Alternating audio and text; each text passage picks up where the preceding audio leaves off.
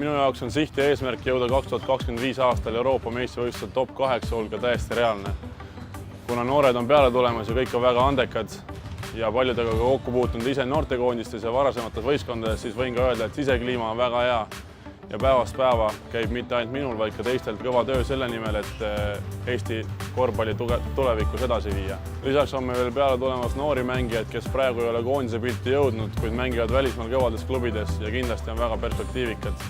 Nii et sügavust meil peaks olema ja palju uusi mängijaid, kes tahavad ennast tõestada ja ennast pildile mängida.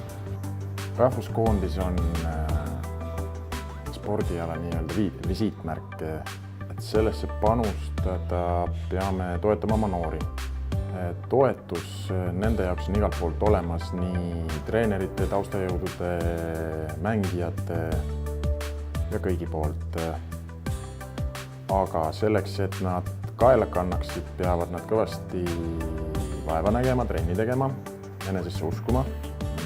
Nemad on meie tulevik, neid tuleb toetada ja neile võimalusi anda.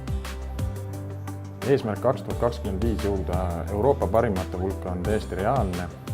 Selle jaoks me loomulikult peame vaeva nägema, tööd tegema, aga kõik on võimalik.